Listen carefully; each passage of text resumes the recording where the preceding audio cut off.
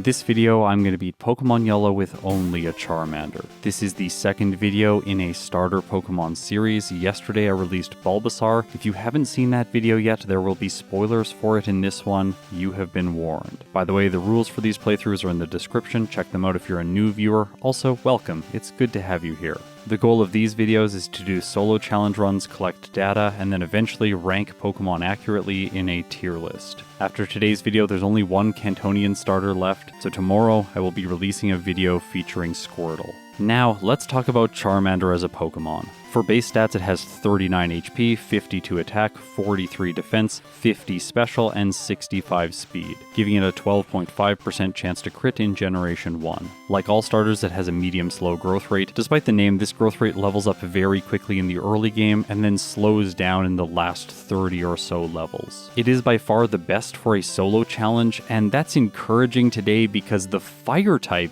is not very good for solo challenges in Generation 1. Pretty much exclusively because of a single Pokemon, Lance's Gyarados is so difficult to defeat. I'm going to be talking about my preparations for it at length throughout this playthrough, so anytime you see me doing extra training, I am definitely thinking about this thing. For a move pool, Charmander starts with Scratch and Growl. By the way, Scratch is the best starting normal type move that the starters are going to get. It is base 40 power, which is 5 more than Tackle, which both Bulbasaur and Squirtle have, and it also has 100% accuracy, so that's 5% more as well. To complement this, Charmander gets Growl, could be useful. At level 9, Charmander gets access to Ember, and while Brock's Pokemon do resist this move, they basically don't because of their terrible special stats. Through level up at level 30, it gets Slash, and with 65 base speed, Charmander is always going to get crits using this move. At level 38, it gets access to Flamethrower, the best fire-type move in the game, and at 46, it gets Fire Spin. You might think that this move would have a place in this run because trapping moves are so broken in Generation 1, but that isn't going to be the case because Fire Spin's 70% accuracy is just way too bad. Remember the saying, if it doesn't have 100% accuracy, yeah, it's basically Dynamic Punch. So, through TM and HM, Charmander gets access to a good range of moves. Mega Punch, Swords Dance, Body Slam, all 3 of the fighting type moves, Dragon Rage, just in case you want to waste time buying coins in the game corner, Dig, Fire Blast, and Swift. In Generation 1, Skull Bash does not raise your defense, so this can't be used for the badge boost glitch, and Substitute is walled off behind coins in the game corner. You have to buy these 50 at a time, so this move is not going to be viable to get a competitive real-time finish. With Charmander, the first thing I want to mention is the bug catchers in Viridian Forest. These are very easy for it to defeat, especially once it gets access to Ember. That is a stark contrast to Bulbasaur that I used yesterday. All of the early game bug, flying, poison, and rock types really slowed it down whenever it was doing optional battles to gain experience for levels. Whenever I hear these 3 starter Pokemon talked about on the internet, it tends to be the case that people say Bulbasaur is easy mode, Squirtle is medium difficulty, and Charmander is hard mode.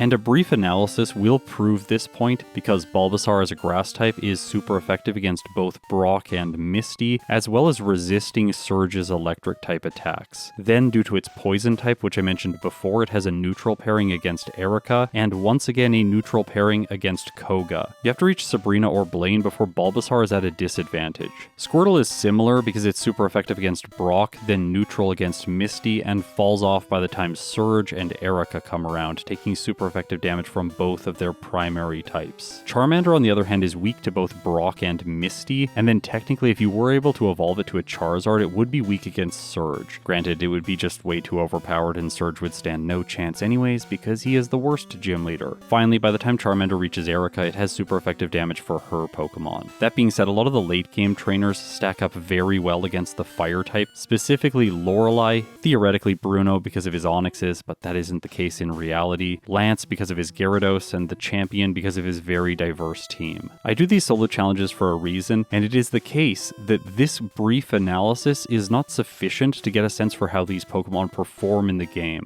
In my first playthrough with Bulbasaur, my split at Brock was 7 minutes and 2 seconds, but with Charmander I have cleared the forest in under 4 minutes, I'm almost level 13, the same level Bulbasaur was when it faced Brock, and I have enough PP to just completely skip the heal in Pewter City and head straight into the battle against the first gym leader.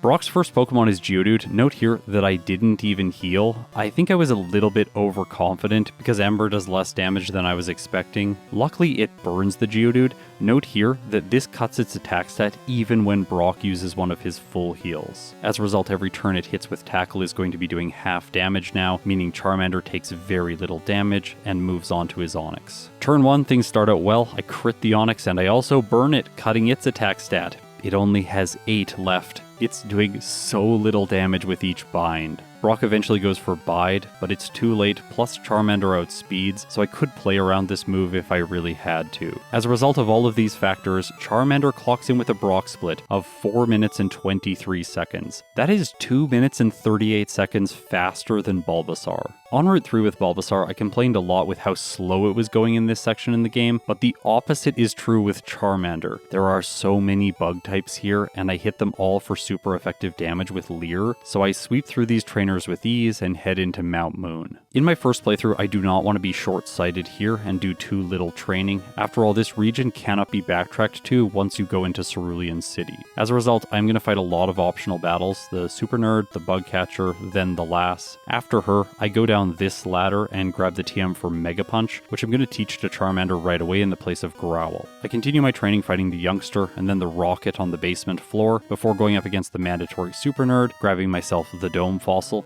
This is the correct fossil, by the way. Just look at how cool Kabutops is. That should be all the proof you need.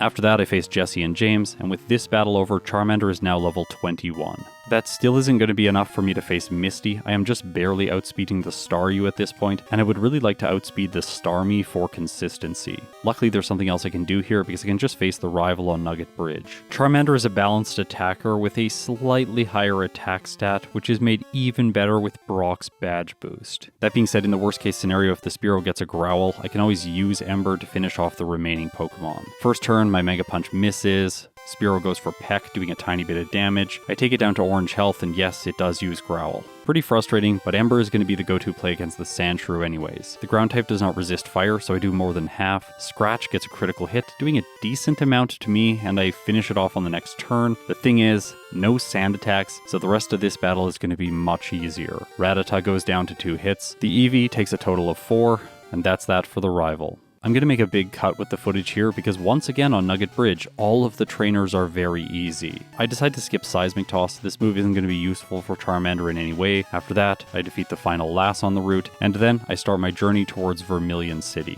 I'm going to backtrack to Misty because I don't think there's really an advantage to fighting her right now. Also, by defeating this Rocket, I gain access to the TM for Dig, which Charmander can learn, and this is a fantastic coverage move. Plus, in Generation 1, it has 100 base power. Next, I have to go up against Sandy. Charmander is powerful enough that Mega Punch is one-hitting her Pidgeys, so no worries here. On the SSN, I grab the TM for Rest, the TM for Body Slam, which I choose not to teach Charmander. I do think this is a mistake in retrospect. After that, I pick up the Rare Candy, and then I do some optional training against these 2 trainers. The first guy has Water types, but they don't know any Water type moves, so he's not difficult to defeat. And the second guy has Electric types, which I can just use Dig against. Okay, so it's time for the rival. I still haven't taught Body Slam. Let me just justify my decision making there. Charmander learns Slash at 30, and due to this move being a high critical hit ratio move, I knew that it was just going to be more powerful than Body Slam throughout this section of the game. My thought process was, if I need Body Slam later on in the run, I can always use the TM to teach it then, and use Slash right now. After all, critical hits in Generation 1 bypass beneficial stat changes, so if I'm using Swords Dance in the late game, then Body Slam is going to pair very well with it. But Slash and Swords Dance have negative synergy together, so if I can use that move and then replace it later on, my moveset is going to be overall more flexible.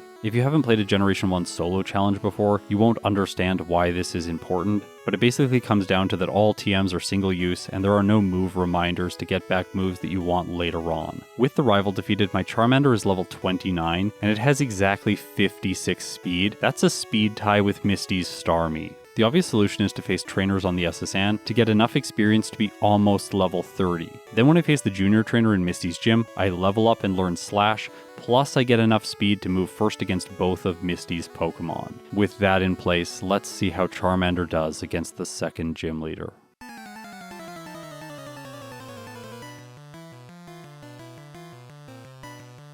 Her lead Staryu is easily one-shot using Slash, and then she sends in Starmie. I move first using Slash, doing more than half, and then it chooses Bubble Beam, plus it gets a critical hit. Charmander just barely survives on 4 hit points, giving me one more Slash, and with that, Misty is defeated. No resets for Charmander in the early game, and its second gym split is a time of 19 minutes and 26 seconds. I'm not going to make the comparison there with Bulbasaur since it faced Misty before doing Nugget Bridge. I'm going to make that comparison after I defeat Lieutenant Surge. There's never anything to say in this battle, especially when you have Dig. I guess I don't outspeed his Pokemon, but he uses an X speed on the first turn. That's absolutely useless. Dig hits and Raichu goes down. Charmander's Surge split is 20 minutes and 23 seconds.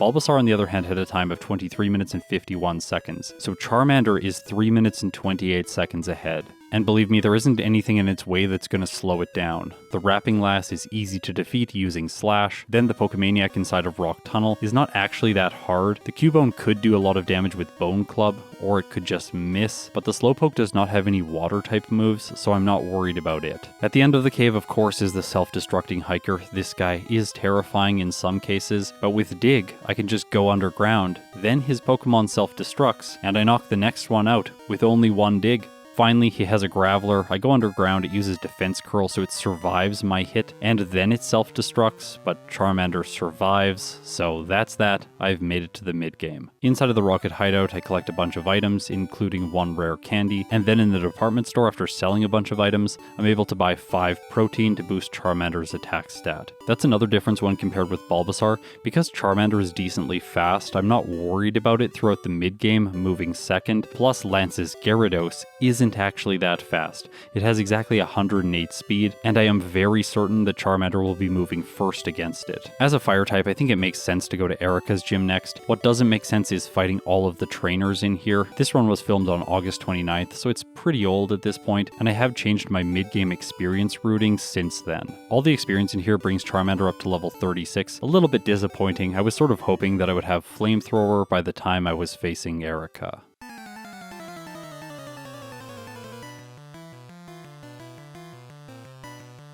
Her first Pokemon is Tangela. I'm going to use Slash against it since it will do slightly more damage than Ember. It's utilizing Charmander's higher attacking stat, plus it has more effective power if we consider the critical hit modifier. Weepinbell is next. I do more than half, and it gets a crit with Acid, taking Charmander to orange health. Okay, that's not great, but the Gloom is going to be forced to use Acid as well, so unless it gets a crit, I should be fine. It doesn't, Charmander survives, and Erika is defeated. Next I face the rival in Pokemon Tower. Honestly, nothing to report here. Slash and Dig paired together in this portion of the game are fantastic.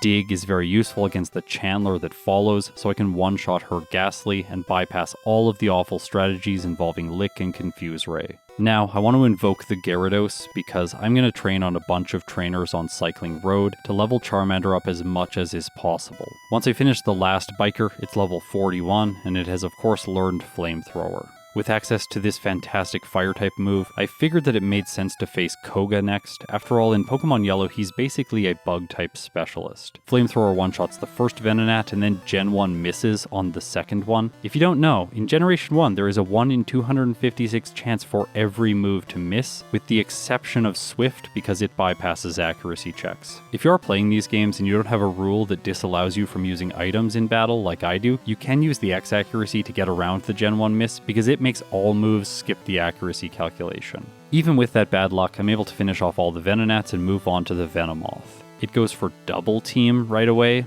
Okay, so in Generation 1, if the opponent has +1 evasion, you only have a 66% chance to hit. Charmander does, and with a critical hit, Venomoth only barely survives Flamethrower. Instead of attacking me, it sets up double team again. He very rarely does this. It's pretty annoying. He continues to set up double team, lowering my accuracy to 40%, but Flamethrower hits, and with that, I have defeated Koga and earned myself a speed boost. With it, Charmander's speed is 95, so yes, I am going to outspeed the Gyarados.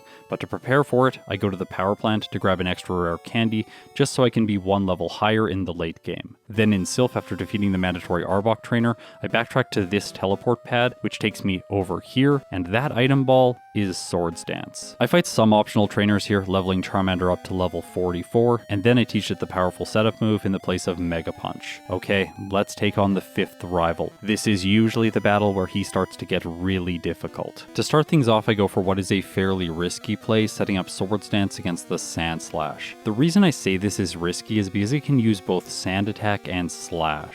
Despite that, it looks like the Sand Slash is playing against a Bulbasaur here because it continuously selects Poison Sting. Nothing is making the AI do this, I am just getting very lucky. With +6, I'm ready to attack, and by the way, yes, I have also taught Body Slam by this point. I go for it, and the Sand Slash faints to a single hit. Next is Cloyster. I decided Flamethrower was the better choice here, but it survives, uses Clamp, dealing massive damage with a critical hit, and in Generation 1, multi-hit moves deal the same amount of damage on every subsequent hit, so Charmander faints, getting its first reset. Not bad though, this thing has been performing much better than I expected it to until this point in the game. In the next battle, I try to set up. This time the Sand Slash uses Slash twice, getting 2 crits, and Charmander goes down very quickly. While I do get poisoned in the next fight, which is a bit of a nuisance, I am able to knock the Sand Slash out and get back to the Cloyster. Okay, I think a physical move is going to be the better choice here. I go for Body Slam, which is better than Dig, because Dig gives it a turn to set up Withdraw and survive my hit. My attack does enough damage, and with that, the rest of the fight is going to be so much easier. I don't worry about Dig against the Magneton. I also one-shot the Kadabra and the final Flareon. With Silph finished, I grab the TM for Mimic, and I also defeat all the trainers in the fighting dojo for more experience. Once again for this thing. To prevent backtracking, I face Sabrina next. Charmander is faster than her first Abra by 3 speed. I knock it out in a single hit, and then against the Kadabra, I set up 1 use of Swords Dance. I'm just hoping that it's not going to crit with, say, Psychic or use Kinesis here. It uses Psywave, which actually gets nice damage in this case. It is rare to see that move doing more than a small amount. I finish the Kadabra off, move on to the Alakazam. I don't move first, so it sets up Reflect. Body Slam does what looks like under half, but it sets up Reflect again. So yeah, good job Sabrina, that's not what you should be doing. And then she uses an X-Defend on Alakazam. Absolutely perfect play. With that, Charmander defeats the Psychic type gym leader. And the gyms are going to come in rapid succession now because there isn't that much to talk about. I face all the trainers in Blaine's gym just to get more experience once again for this thing. And after that, I'm ready to take on the Fire type specialist.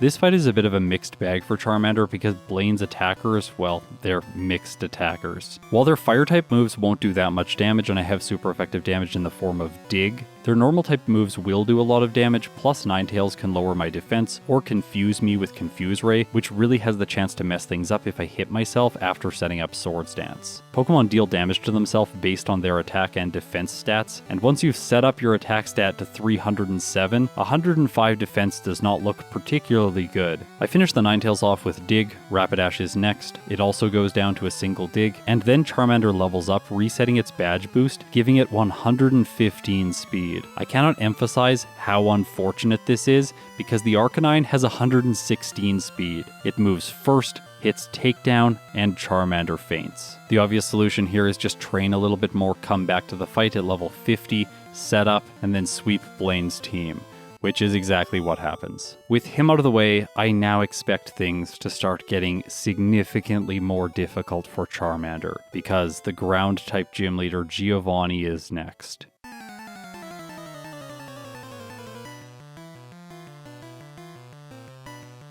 His lead Dugtrio is such a menace. It has Dig, Sand Attack, Fissure, and Earthquake. Now Fissure can't hit because I've used rare candies on Charmander so that it has 136 speed. I'm mostly worried about the other 3 moves. Dig and Earthquake will both do a lot of damage, and Sand Attack will ruin my chances for the rest of the fight. Luckily, Giovanni uses a guard spec once, giving me 2 turns of Swords Dance before Earthquake hits, and it does more than half, so now I need to try for the sweep. Body Slam gets the knockout, Persian is next, and I also one-hit it. Alright, I can use super effective damage with Dig on the Nidos. Nido Queen goes down, and it's more defensive, so the Nido King is also going to fall. However, the Rhydon has a lot of physical defense and a lot of HP. This one is likely going to survive. Now, you might think it's strange that I'm using Dig here because Rhydon goes for Earthquake, but in Generation 1 this move does not hit you when you're underground, so I am able to get my Dig off without taking damage, and it does enough. Surprisingly, Giovanni was not a problem for Charmander. Alright everyone, this battle against the rival is absolutely fantastic. Please pay attention. He leads with Sand Slash. Right now it does not have Earthquake. I go for Flamethrower, taking it down to red health, and then I knock it out on the next turn. If you're wondering why I did not set up there, it's just because I used so many rare candies. I figured that this fight would be fairly easy to just sweep without the setup.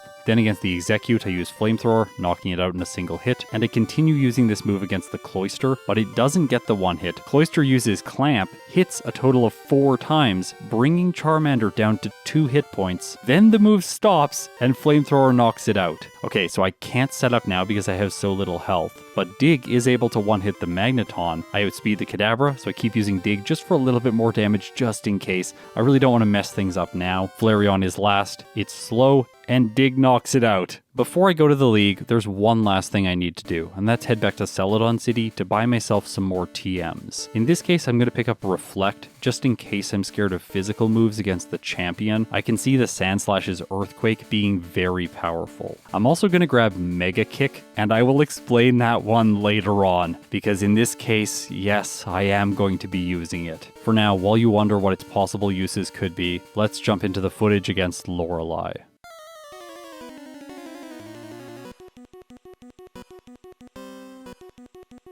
This fight is a bit weird because the Dugong has an 80% chance to use Rest on turn 2. Damaging it on the first turn is by far the best play because then once it goes to sleep, I'm going to be able to set up with Swords Dance essentially for free as long as it doesn't damage me on turn 1, which is what happens here. I can use Dig after that to knock it out and move on to the Cloyster. Charmander is about to level up, so I'm going to use Flamethrower here while I still have badge boosts for maximum special damage. It takes the Cloyster down to a sliver of health. Lorelei uses a Super Potion, and I knock it out, sustaining no damage. Now the Slowbro on the first turn is going to randomize between either Surf or Withdraw due to its AI modification 3. I should have played around this using Dig to go underground, potentially dodging its Surf and then knocking it out on the next turn. Either way, it doesn't matter, it went for Withdraw. Jinx is frail, it's an easy one-hit, and I have made it to Lorelei's Ace Lapras. This is going much better than I was expecting. I choose Dig, and Charmander gets the one-hit. Okay, cue silly music. Despite the next trainer having both rock and ground type moves, he is not an issue for Charmander. Against Agatha, things start off very poorly for me. While I'm setting up Swords Dance, she confuses Charmander, and then when I use Dig to knock the Gengar out, she switches into Golbat.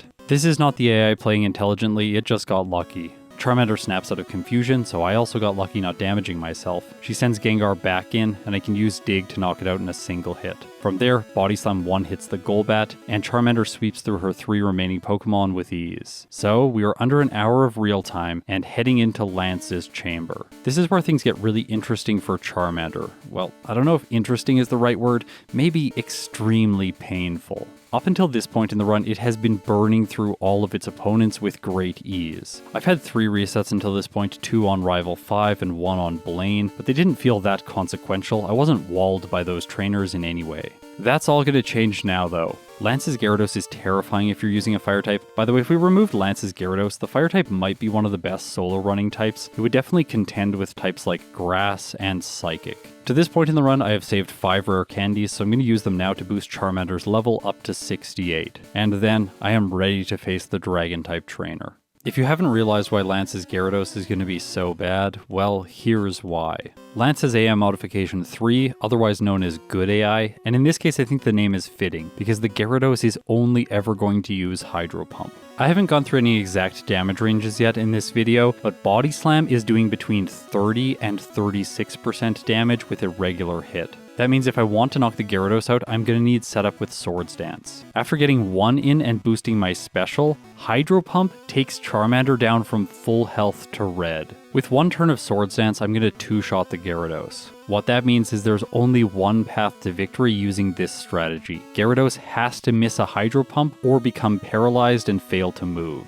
And in the very first battle against Lance, I paralyze, Gyarados fails to move, and Charmander knocks it out. Alright, so a lot of hype throughout this entire video for this really intimidating Pokemon, and then I immediately just stomp it.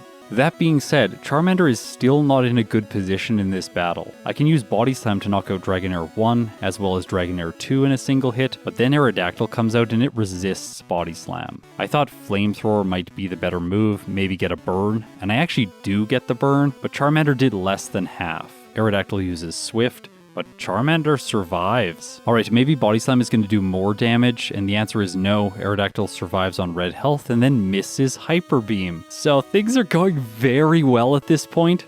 I finish the Aerodactyl off, Lance sends in his final Pokemon Dragonite, and I think here I'm going to need another Paralysis. Charmander's luck has run out, Dragonite hits Thunder, and I have a loss. Alright, so that fight is the perfect illustration of what happens if Charmander gets very lucky in the fight. What happens if it gets unlucky? Well, Gyarados does more damage with Hydro Pump, taking me down to 17 hit points. Then Body Slam gets a critical hit, which does less damage. Oh, and Gyarados misses Hydro Pump.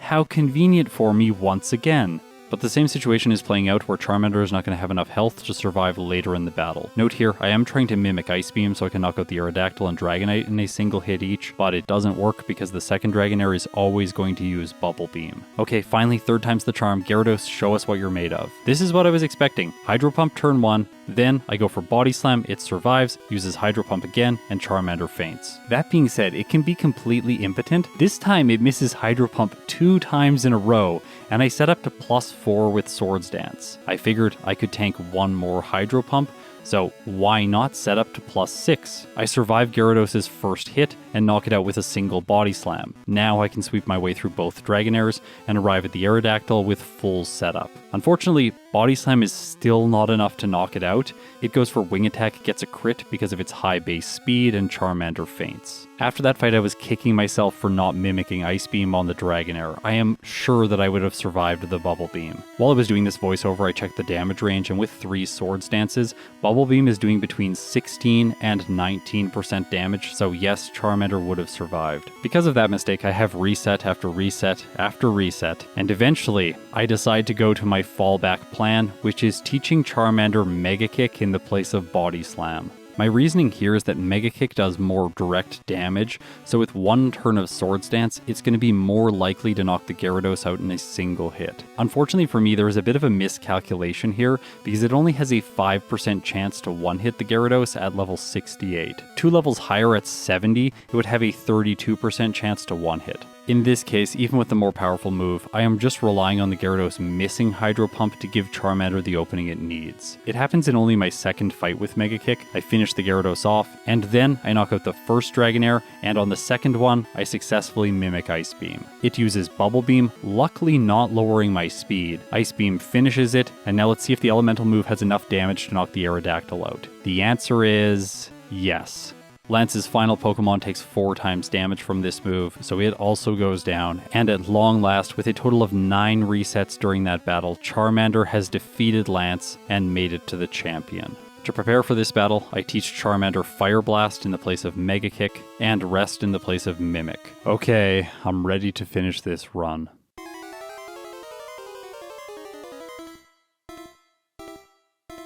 The champion's first Pokemon is Sandslash. Now, this thing is just going to spam Earthquake against Charmander. I use Fire Blast hoping for the one hit, but it just barely doesn't get it, and the champion uses his rare Full Restore. I try again for a better damage range, and this time I get it, so that's a one hit. Next is Alakazam. I use Dig for physical damage, but the Psychic type survives, uses Psychic, gets a critical hit, and Charmander faints. Alright, let's try that again. This time Sandslash survives, no Full Restore, so it uses Earthquake, and Charmander survives on 8 hit points.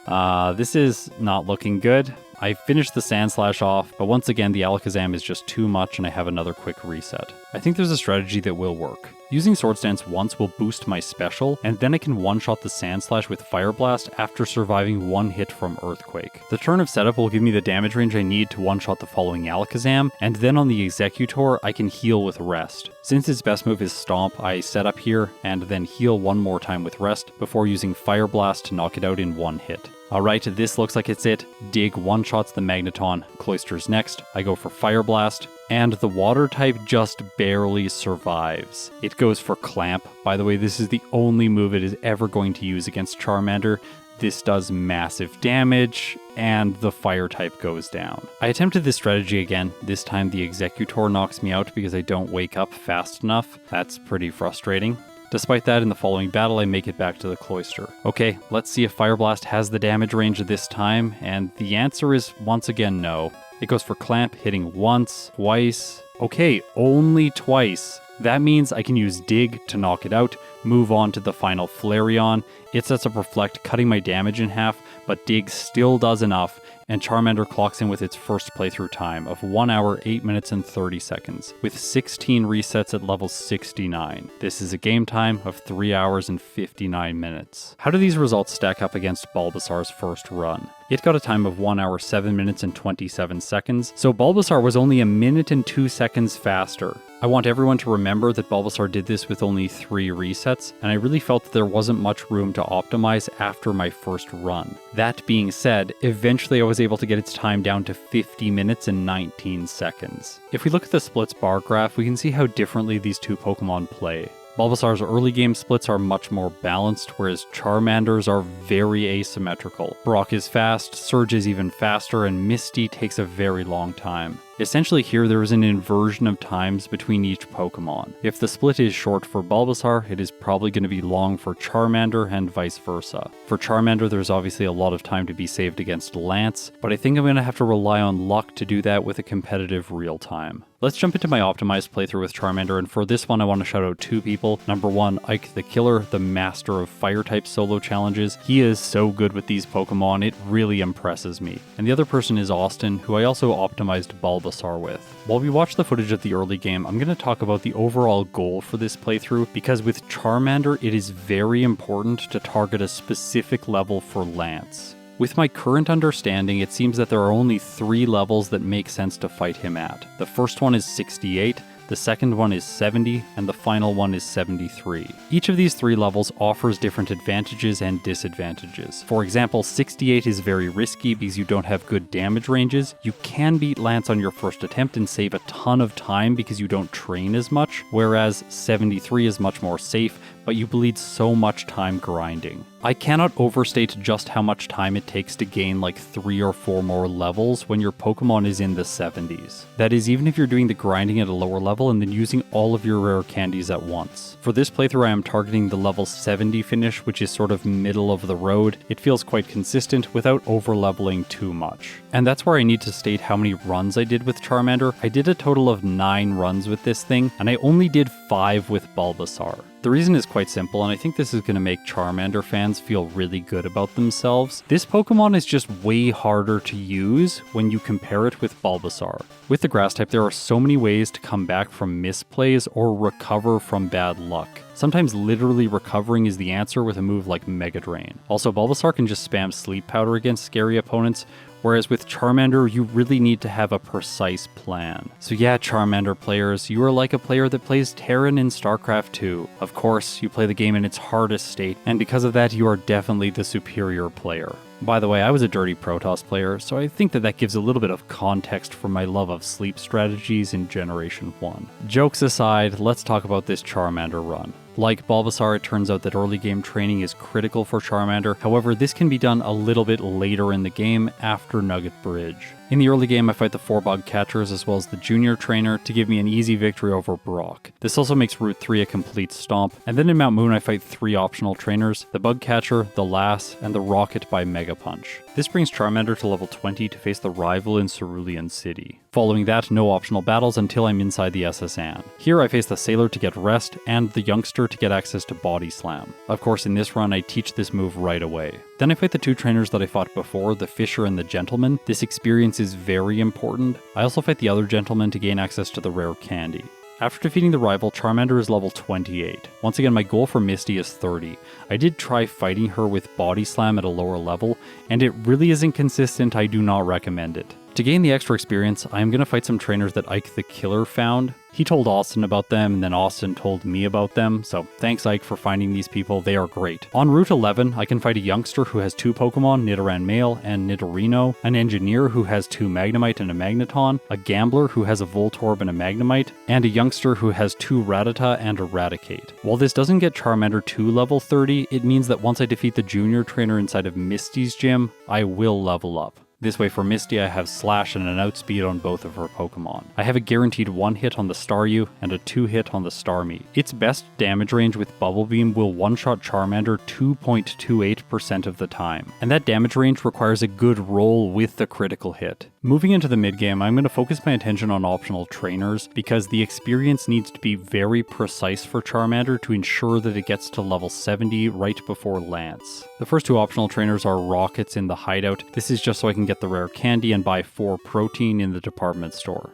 After clearing Pokemon Tower, I fight 3 optional trainers on Cycling Road, the biker that has 4 Grimer, the biker that has Wheezing, Coughing, and Wheezing, and the final biker with 5 Pokemon. This training takes Charmander up to level 38, so it has access to Flamethrower, and then I can use this to face Erika. In her gym, I have to face 1 mandatory trainer, and I choose to fight the Cool trainer just because she gives more experience than the Beauty. Okay, so it's time for Silph Co. Let's go rapid fire through this. I fight this trainer, this trainer, this trainer, this trainer, this trainer, this trainer, this trainer, this trainer, and this trainer before the rival. This is the first major battle in the run where it is likely that Charmander will get 1 reset. There are 3 ways that this can happen. The first one is the Sandslash uses Sand Attack. It's best to just reset right away in that instance. The second one is the Sandslash does too much damage, which is what plays out here. And the third scenario is that the Cloyster gets a clamp off, knocking Charmander out. Luckily, that does not happen in my second fight, so I sweep through his final 3 Pokemon and move on with the run. In the Fuchsia City Gym, I face the 2 optional trainers for additional experience, and then Koga is very easy because of Flamethrower. Surfing to Cinnabar Island, I fight this Fisher, and then I go up against Blaine. The strategy here was not immediately obvious to me. After 1 Swords Dance, I can one-shot the first Ninetales, and then I want to continue my setup just once on the Rapidash, because it really can't do that much to Charmander.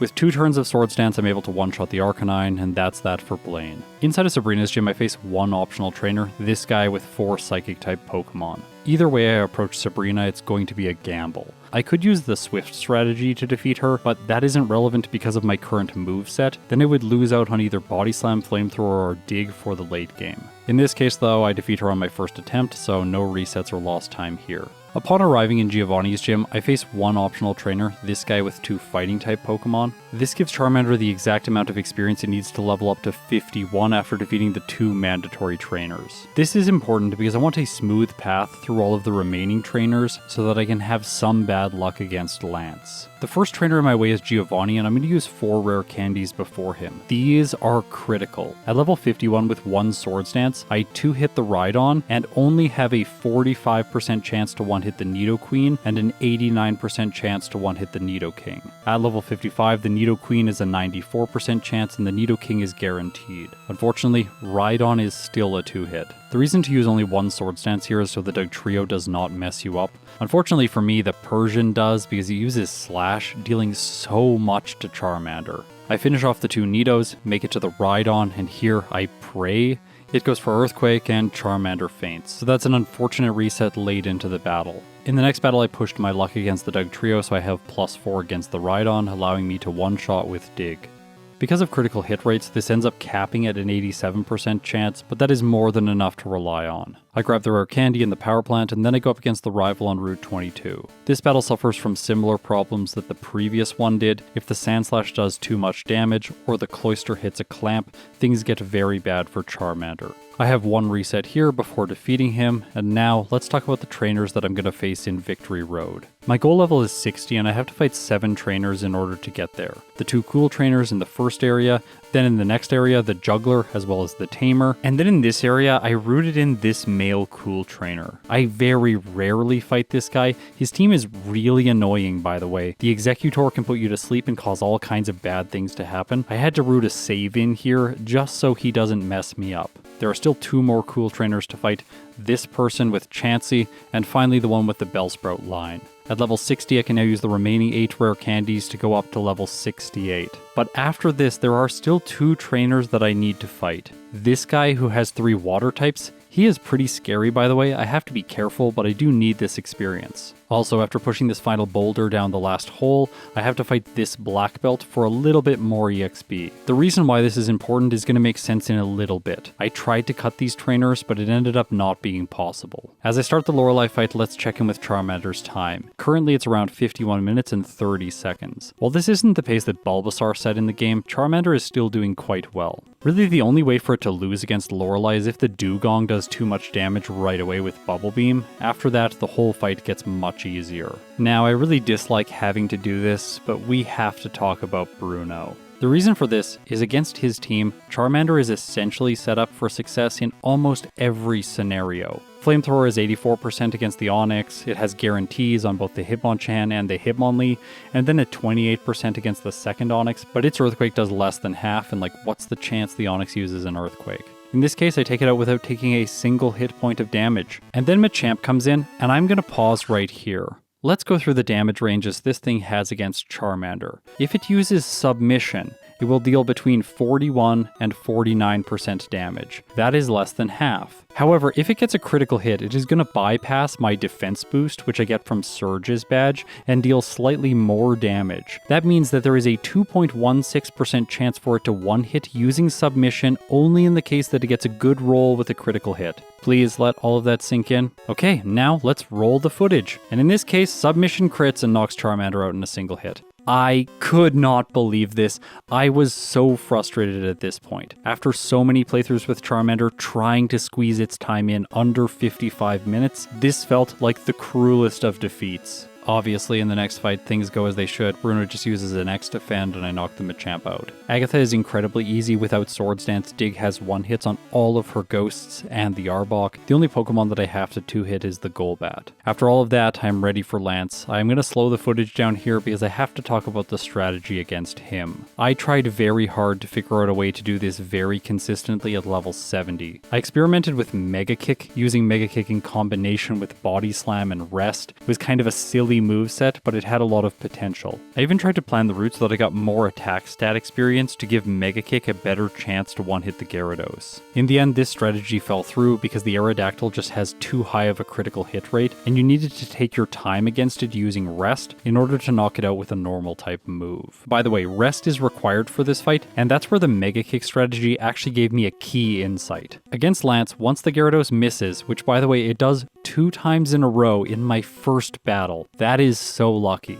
Once I knock it out, against the first Dragonair, this is where I would use Rest. I don't want to do it against the second one because then Bubble Beam has time to lower my speed, making the Aerodactyl a possible threat. In this case though, I have full health, so I just mimic Ice Beam and yep, Bubble Beam lowers my speed. Okay, that's really annoying. Aerodactyl's next. Luckily it goes for Swift. I knock it out, move on to the Dragonite, and it's faster than Charmander. It goes for Blizzard, doing good damage, but not enough. And with that, I have made it to the champion in under 55 minutes. Here's the thing though, I'm just cutting it too close. This is where those 2 trainers earlier on in Victory Road are important, by the way. I want to ensure that without a rare candy during the league, I'm going to level up after the final Pokemon in this battle. The reason that's incredibly impactful is because I need the special boost from my Swords Dances to one-shot the Cloyster. With 3 uses of Swords Dance, I have an 85% chance for this to play out, and in this case it does. So, I finish the Flareon off and Charmander clocks in with a final time of 55 minutes and 28 seconds, with 5 resets at level 72. This is a game time of 3 hours and 31 minutes. Putting all the splits side by side, we can see that Charmander was ahead for the majority of the early and mid game. However, once the late game comes around, Bulbasaur just gains so much speed, whereas Charmander loses out on a bunch of time training to a level that is appropriate for Lance. In the end, its result is 5 minutes and 12 seconds slower than the grass-type starters. If we look at the splits graphs for both of the results for these Pokemon, do note that it says Bulbasaur 4 and Charmander 8. Yes, I did do one more playthrough with each one of them, and that result was not as good as these results. For my tier list, I always use the best result each Pokemon has achieved, so that's why I'm using these runs. For Charmander, it was pretty competitive right up until that one reset against Giovanni, and then the time just starts to bloat because of the extra training. Of course, some people prefer game time as a metric, so let's look at game time by trainer. In this case, Bulbasaur is slower with game time all the way until around Sabrina, when both of these Pokemon become even. From there, my result with Charmander bloats its game time because I do a bunch of additional training. Of course, you could probably make it through the league and then luck through Lance with like 50 resets at a lower level, but in my opinion, that style of play seems like we're trying to cheat the system. So where do these results earn Charmander a placement in the tier list?